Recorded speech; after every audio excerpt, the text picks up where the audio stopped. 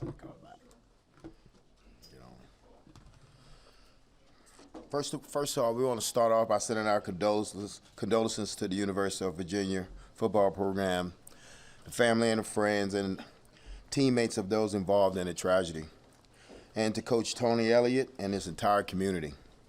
The Nebraska football program is thinking about them and praying for them during this difficult time. That's a sad situation that happened up there.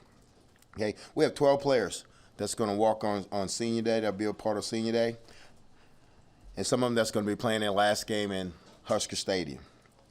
You know, we want anybody considering walking that's going to be on our team next year. We want you to walk, so we want you to have that experience of Senior Day. Commend our seniors through a lot of transition. They haven't got the wins that they wanted, but they've been stand-up kids, you know, for this program. They gave their all for this program. Questions? Mickey, do you have an update on Casey's status and health? Yes. Okay. Casey practiced today. He made some throws, so we're still going to take him day by day and see how he feels on game day. But I expect him to be able to practice every day. But we don't know at what volume that he'll be able to throw it. Did he rep in team drills today then? Yes, he repped in team drill today. How's Logan doing? Logan was better today. He's been a little beat up, but he was better today, and he threw the ball around a little bit, and he ran pretty well today. How's Chubba? Chubba's out, high ankle sprain, so we'll get him in surgery in 2 or 3 days. And Mark Whipple, will he continue to call from the box from here on out, or do you have an update just on how Coach Whipple's doing? Well, Sean, maybe you can convince him, because I told him in the beginning to go to the box, okay? And he got wiped out. So it was bad. But I think he's going to go to the box now. Andrew's going to be in charge of that. So if it doesn't happen, it's on Andrew. But, yeah, I think he's going to go to the box.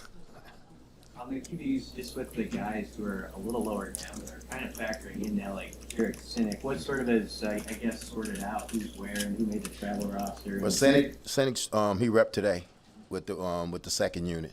So he'll be the next guy up, and I'm sure Torres. We'll look at Torres if we need Torres, but Sinek, he repped today. What kind of things will you be looking for from Casey to see if he can go or not? I mean, how do you arrive at that decision? See how the ball's coming out of his hand. You know, he's going to make good decisions, but I want to see how the ball's coming out of his hand, make sure it's not any nerve damage or any pain with the throwing. And then we'll figure it out from there. Like I told you before, I'm not going to play him if he's in pain. If he can't play at a high level, I won't play him, Seth. I won't play him. What was your takeaway from Logan's effort at Michigan? I thought Logan had a decent effort. I thought he didn't see it well. You know, he had Trey running down the middle field for a touchdown. He didn't see it, and he's looking right at him, and he just didn't see him. But, you know, like I said, that kid needs reps. And he had a lot of reps last week, but I guess it wasn't enough. But Logan, when he comes in, he gives his all. He gives everything that he has. He's a tough kid. Mickey, if Casey can't play and Chubba's already out, who's your backup to Logan? Jared will be. Yeah. Miles Farmer be available? Miles back. Miles is back. He practiced today. Practiced well today. What did you make of Ernest Hausman's performance on Saturday and just the way he continues to develop? And obviously that was a big stage for him. I think Barrett has done a really good job with Haas because he's playing at a high level and he's getting better every week. So I like where he's at right now. I mean, he was a puppy coming in here. He's a high school kid. So he learned how to play this game at a high level, and he's playing at a high level right now. We're really excited about his future. Jared Sinek up. We don't know too much about him. How was he moved up ahead of some guys? What's he done? Well, I think because when you look at it as a coach, he's the most athletic one. Because if you got to go to a third guy, you want him to be athletic. You don't want them all to be the same. So he can go in there and give you some run game and throw it a little bit. So that's where we're at right now. Is Harburg, what's been his progression? Is he hurt, or what's his situation? He's not hurt. He's not hurt. Okay. Yeah. What about Alante Brown and then Phelan Sanford? I know both those guys got hurt in that game. Are they available this week? Where are they at? We're going to see where Alante's at. When he tried to leap over the guy, that was a crazy fall. But I think he felt better today. We'll see how he feels tomorrow. And Phelan practiced today. You a fan of guys trying to jump over players? I'm a fan of guys that are trying to get it done any means necessary, and that's what he had to do. And that's what you want on your football team. You know what he said after that play? I'm trying to win the football game, And that's what you want. That's what some teams like where we are right now, that's what we're missing. Just that extra grit that I'm going to lay my body on the line to help this team win a football game. And I like that Alante. That's why I always ride with Alante, because at the end of the day, I know he's going to go to battle, and he's going to give you 100%. That play, I mean, did you cringe at all when you saw him go that high? Absolutely. When he jumped like that, I was like, oh, just don't come down on your head. But he hit the back of his neck, so that wasn't any better. But I did cringe a little bit because, like you said, they're my boys, and when they go through pain, I go through pain. But I was excited about the effort and the statement he made after that. But he's a Chicago kid now. He's tough. I'm sure that's not the first time he fell on his neck. In Chicago, they play football on the concrete, so he probably fell on the concrete. He's a good kid. How do you recruit and cultivate and develop grit? You got to find it. You got to find them when you're recruiting them.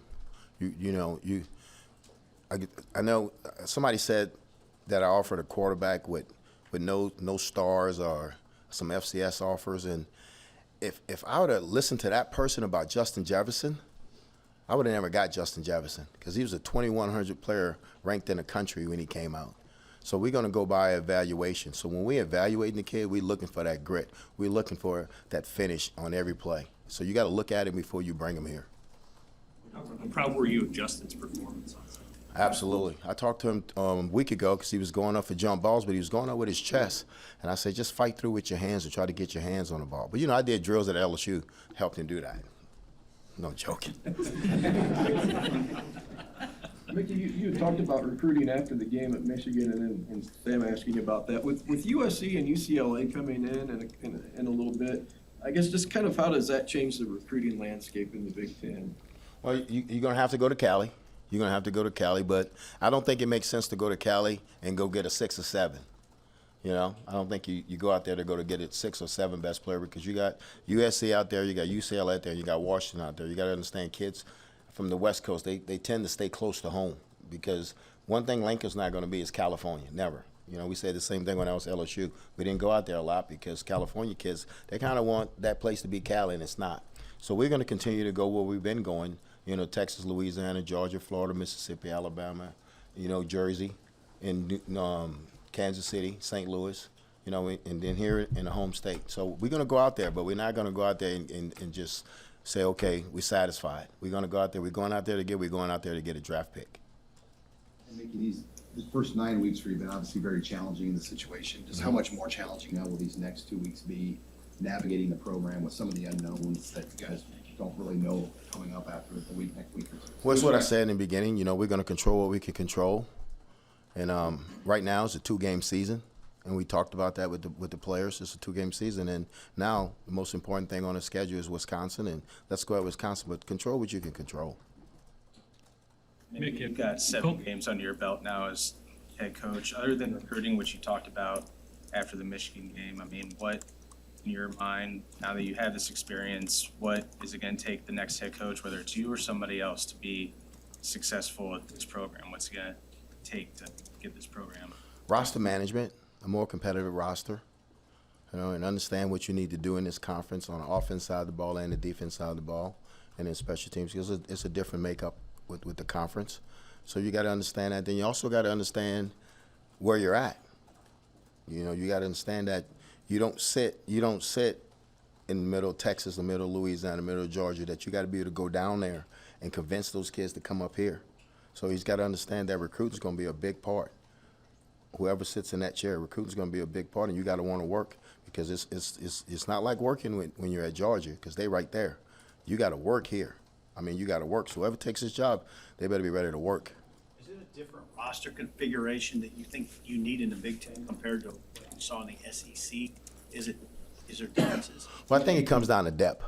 You got to have more depth. You got to have, instead of having 12 offensive linemen, you got to have 15 or 16. Instead of having 12 D linemen, you got to have 15 or 16. You got to have 12 receivers. You got to have 4 quarterbacks. You just got to have depth, and it's got to be competitive. Like, it can't be a big drop off from 1 to 2. So if you get a competitive roster where they're competing, that's going to make the team better. Why do you think you need more depth in the Big Ten? Because you bang a whole bunch. You play in the middle of the field. SEC, you cover every inch of the field. But in the Big Ten, you play in that phone booth. So you're gonna lose some kids because you know what I'm saying. Except they're hitting each other like bam, bam, bam. So if I hit you like that 3 times, you and I, both of us, gonna be sore. You know. So you got to have depth. You got to be able to play. You know, I said 6 to 8 D linemen. You got to be able to play 4 to 5 linebackers. Just because you're getting so much banging in the 65 to 70 plays of just banging. That's what I'm learning about this conference. Why are the defenses in this league it's so far ahead of the offenses?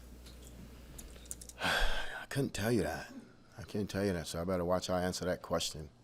You know, so I couldn't tell you why they're so far ahead, but every week is a really good defense. You know, it's a really good defense. They're all in the top 10.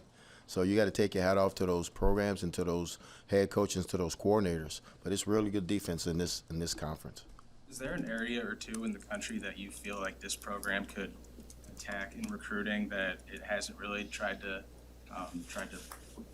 enter, I guess, to try to increase the landscape? No, I think they attacked, you know, Texas. I think they did the same thing. You know, we just got to be more aggressive when we go down there. We got to do a really good evaluation when we go down there and make sure we're getting the right kids up here. Make sure when the kid comes in the door, that he's equipped, he's ready to play. And if he's not ready to play, he's a year away now. Let's continue to develop him.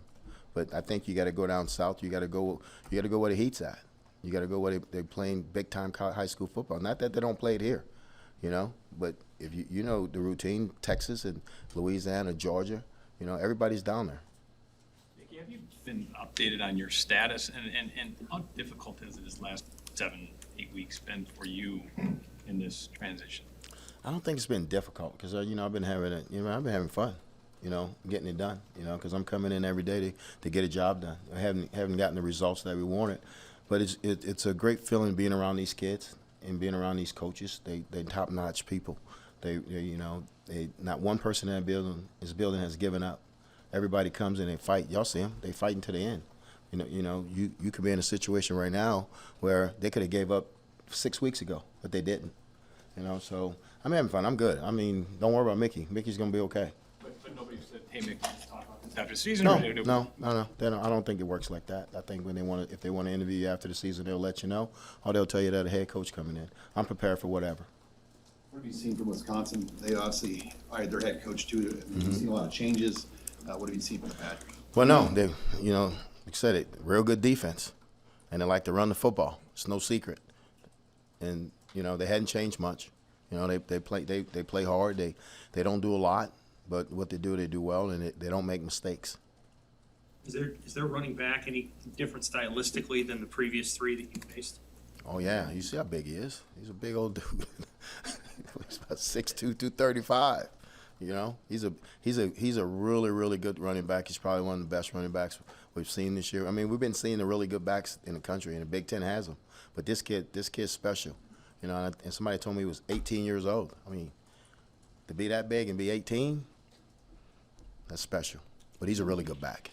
There was reports last week about people reaching out to Braylon Allen in Wisconsin, other programs. Do you worry about that for Nebraska kids getting, you know, contacted by other schools, poaching kids? No, because if somebody does, the kids will tell you. They'll let you know who reached out to them. I mean, I'm sure, you know, it's happening. You know, it's no secret. Yeah, you opened with your comments on Virginia. In your path of coaching career, have you encountered a situation where there was a dramatic and traumatic death of player or players on the team that you were at? No. And I mean, that's sad because I know the kid that's in critical condition, Mike Hollins, the kid from Baton Rouge. I know him and his father. We recruited him at LSU, and he went to University High. That was right on our campus. But that's a sad situation. You know, it's something that you don't want anybody to have to deal with. You know, you take your heart off to those parents and to the coaches and to the administration. It's a sad day out there. You know, it's a sad day, and you can continue to pray for them and uplift them and be there for them if they need you. Probably not in the job description for a No, coach it's not. on how to deal with that. Huh? No, it's not in the job description, but, you know, they're dealing with it, and it's a sad situation. You mentioned senior day too. How different is the dynamic of that day these days in the portal era when you have COVID years to factor into it? Like, how do you sort of take in and appreciate the moment with so much uncertainty? Well, you can have 2 senior days. You can walk this year and come back and have another senior day. So, you get it. You know, you're gonna have some kids that's gonna walk, you know, and then they're gonna sit down and talk to you at the end of the year and say, Coach, I want to come back. Then I'm sure they're gonna walk again next year. So that's okay. Like, will Trey Palmer walk? You know, have you talked to Trey, if he's gonna do senior day? No, Trey's not gonna walk.